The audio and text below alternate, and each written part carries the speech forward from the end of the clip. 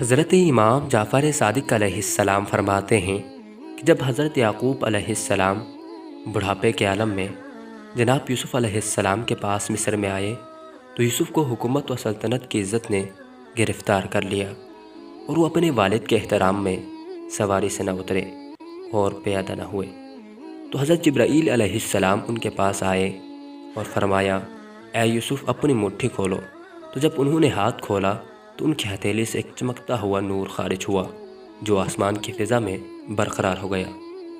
حضرت یوسف علیہ السلام نے کہا، اے جبرائیل، یہ نور کون سا تھا جو میری ہتھیلی سے خارج ہوا؟ تو جناب جبرائیل علیہ السلام نے فرمایا، تیری نسل سے نبوت کو چھین لیا گیا ہے، یہ تیری سزا ہے کہ آپ اپنے بوڑھے باپ کے احترام میں پیادہ نہیں ہوئے، اب آپ کے نسل میں کوئی نبی نہیں آئے گا۔